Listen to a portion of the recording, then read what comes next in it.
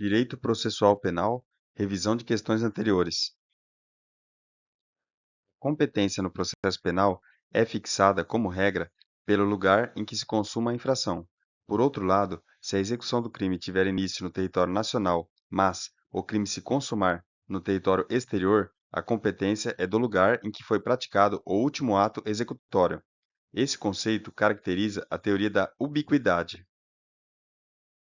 Nos termos do Código de Processo Penal, é correto afirmar que a competência será, na hipótese, entre outros, do crime de estelionato, quando praticados mediante emissão de cheques sem suficiente provisão de fundos em poder do sacado, definida pelo local do domicílio da vítima. Tratando-se de infração continuada ou permanente, praticada em território de duas ou mais jurisdições, a competência firmar-se-á pela prevenção. A respeito da competência, é correto afirmar: no caso de crime praticado em embarcação brasileira de navegação em águas territoriais nacionais, será competente o juiz do lugar do porto brasileiro que primeiro atracar. De acordo com o texto do Código de Processo Penal, nos crimes previstos no artigo 171 do Código Penal, quando praticados mediante depósito, mediante emissão de cheques sem suficiente provisão de fundos em poder do sacado ou com o pagamento frustrado, ou mediante transferência de valores, a competência será definida, como regra, pelo local do domicílio da vítima.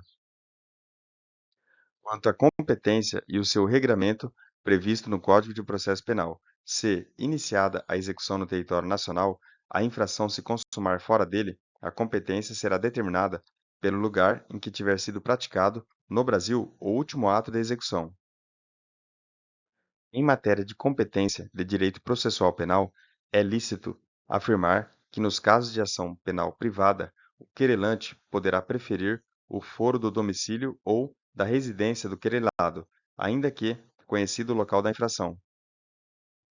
Para delimitação de competência, entende-se por foro supletivo ou foro subsidiário, previsto no artigo 72 caput do Código de Processo Penal, o de domicílio ou residência do réu, porque desconhecido o lugar da infração penal. Determina o caput do artigo 70 do Código de Processo Penal que nos crimes consumados, como regra, a competência para julgamento será determinada pelo lugar em que se consumar a infração.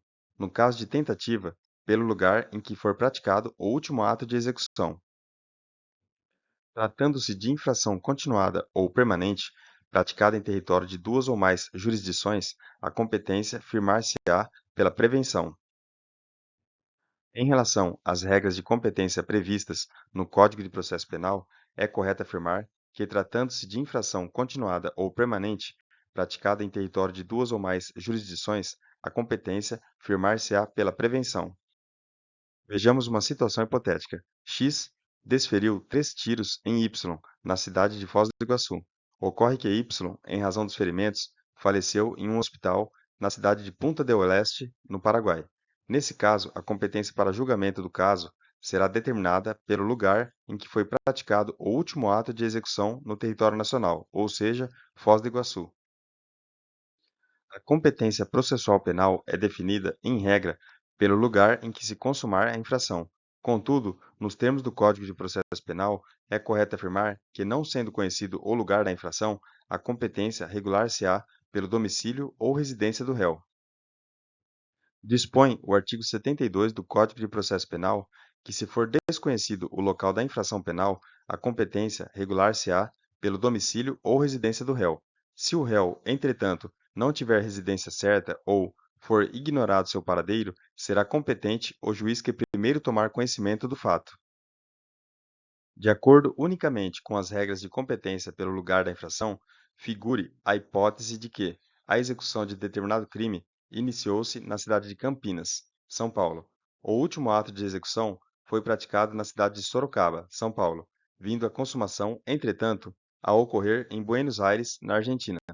Tratando-se de caso em que se aplica a lei brasileira, é competente para processo e julgamento o juízo de Sorocaba. Em relação ao que estabelece o Código de Processo Penal, tratando-se de infração continuada ou permanente, praticada em território de duas ou mais jurisdições, a competência firmar-se-á pela prevenção. O chamado flagrante esperado acontece quando a autoridade tem ciência de que o agente pretende praticar o crime. Considere o seguinte caso hipotético: X, utilizando-se de grave ameaça, obriga Y a adentrar seu veículo e comete o crime de sequestro, previsto no Código Penal. Artigo 148. Privar alguém de sua liberdade mediante sequestro ou cárcere privado. Pena de reclusão de 1 a 3 anos. Entretanto, não existe qualquer testemunha do crime e o veículo de X acaba sendo, numa abordagem de rotina, interceptado pela Polícia Militar. X foi preso em flagrante e Y libertado. Diante dessa situação hipotética e nos termos do Código de Processo Penal, é correto afirmar que trata-se de crime permanente, entendendo-se o agente em flagrante delito enquanto não cessar a permanência. Sobre o tema prisão em flagrante, é correto afirmar que, na falta ou impedimento do escrivão, qualquer pessoa designada pela autoridade lavrará o auto depois de prestado o compromisso legal. Sobre a prisão em flagrante e a audiência de custódia, é correto afirmar que a audiência de custódia será realizada pelo juiz com a presença do acusado, do membro do Ministério Público, do advogado constituído ou, na falta, do membro da Defensoria Pública. Aquele que é encontrado logo depois com instrumentos, armas, objetos ou papéis que façam presumir ser ele autor da infração penal deve sofrer prisão em flagrante. Com relação à prisão em flagrante delito, é correto afirmar que os profissionais que atuam na área de segurança patrimonial, nos limites de sua atividade profissional, poderão prender qualquer pessoa que se encontre em situação de flagrante delito, cooperando com o Estado na questão da segurança pública. Nos exatos termos do artigo 302 do Código de Processo Penal, considera-se em flagrante delito quem é perseguido logo após pela autoridade, pelo ofendido ou por qualquer pessoa em situação que faça presumir ser autor da infração. Em relação à prisão em flagrante, a atribuição para a lavratura do auto de prisão em flagrante é da autoridade policial do local em que ocorrer a prisão ou captura, mesmo que esta se dê em local diverso do da prática do crime. Vejamos uma situação hipotética.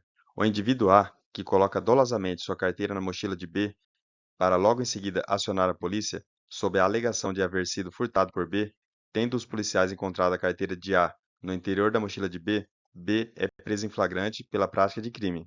A hipótese ora narrada é, pela doutrina, denominada flagrante forjado. Prisão em flagrante cautelar realiza-se no momento em que está ocorrendo ou termina de ocorrer o crime. Vejamos outra situação hipotética.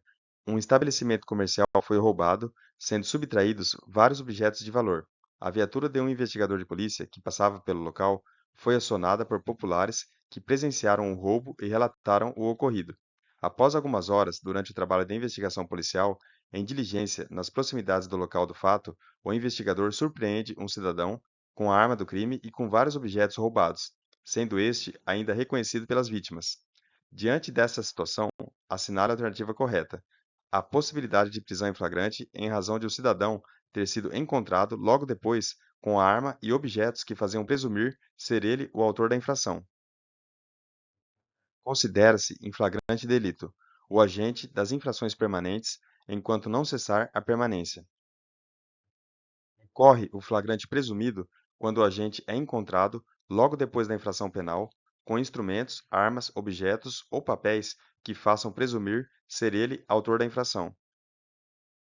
A respeito da prisão em flagrante, quem, logo após o cometimento de furto, é encontrado na posse do bem subtraído, pode ser preso em flagrante delito, ainda que inexistam testemunhas da infração. Nos crimes permanentes, entende-se que o agente está em flagrante delito, enquanto não cessar a permanência. Na falta ou impedimento do escrivão, qualquer pessoa designada pela autoridade policial lavrará o auto de prisão em flagrante depois de prestado o compromisso legal.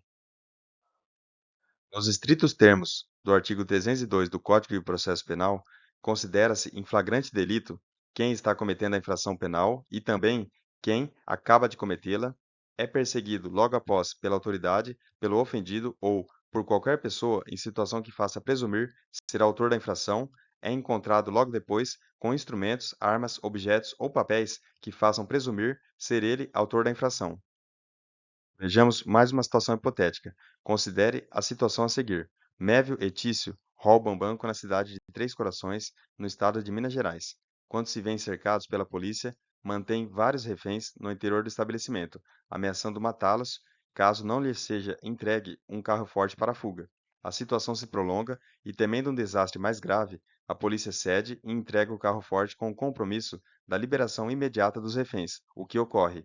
Os roubadores são perseguidos por policiais à distância, que recebem contínuas informações fidedignas sobre o trajeto percorrido na estrada pelos roubadores, em perseguição ininterrupta após o originário contato visual. Após 2 dias de perseguição, o carro forte ingressa no estado de São Paulo, onde uma barreira policial logra pará-lo, na cidade de Serra Negra, culminando com a detenção dos infratores. Pode-se dizer que a situação, quando da prisão dos roubadores, é de flagrância, e o auto de prisão em flagrante será lavrado na cidade de Serra Negra. Vejamos mais um caso hipotético. Luciano deduziu, por seu defensor, um pedido de relaxamento de flagrante reputado irregular. Diz que foi encontrado logo depois da prática de um crime de roubo perpetrado com emprego de ameaça, sem que houvesse perseguição ao agente, com uma faca e vários objetos similares àqueles subtraídos, sendo preso apenas em razão dessa circunstância. O juiz negou o relaxamento da prisão, entendendo tratar-se de caso de flagrante presumido. Bons estudos e até o próximo vídeo.